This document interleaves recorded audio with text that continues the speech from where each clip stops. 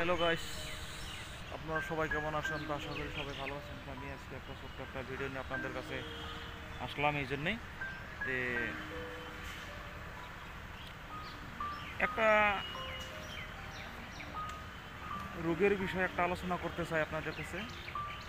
যদি কেউ আপনারা যদি আমার ভিডিওটা দেখছেন বা আপনারা ভিডিওটা কেউ যদি এই দেখতেছেন, যেখান থেকে দেখেন, যারা আপনারা পারেন এটা আপনারা এই আমাকে কমেন্ট করে জানাবেন বা তার এই ব্যবস্থা কি ওটা আপনি জানাবেন, যাতে বহুত মানুষের দিকে আমি আজকের ব্লগের জরিয়াতে আমি এই বছর আমি নিয়ে আসলাম এই যেটার কয় প্যানিক অ্যাটাক।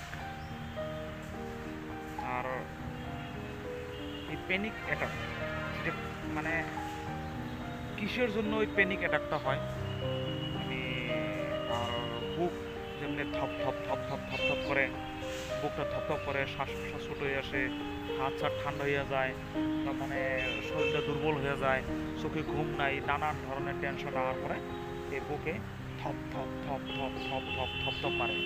তো এই বস্তুটা যেহেতু এই বস্তুটা কিসের জন্য আসে আপনারা যদি পারেন, কেউ জানা মানুষ যদি আছে তো এই বছর আপনারা অল্প জানাবেন।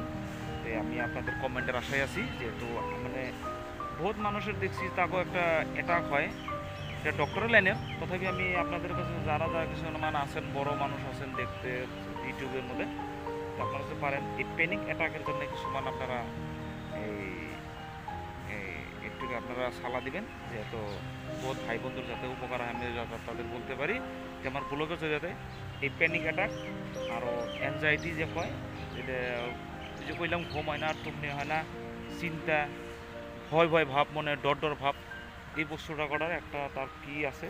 কিন্তু যে কোনো জায়গায় যদি যায় তার হার্টের প্রবলেম হইলে ইসিজি মিসি যত কিছু করলে সব কিন্তু নর্মাল দেখায়, কিন্তু কোন রূপ ধরা পড়ে না, কিন্তু ওই ব্যাপারটা আছে। তো এই বস্তুটার মানে তার ব্যবস্থা কি ভালো হওয়ার, যদি কেউ কমেন্ট করে বলতে পারেন, আপনারা কমেন্ট করবেন, আমি যাতে আপনাদের কমেন্টের মাধ্যমে যাতে আমি আমার ভাই বন্ধুদেরকে একটু করতে পারি। তার আশা করি আজকে শেষ, তো পরবর্তী নেক্সট ভিডিও নিয়ে আপনার কাছে আসবো।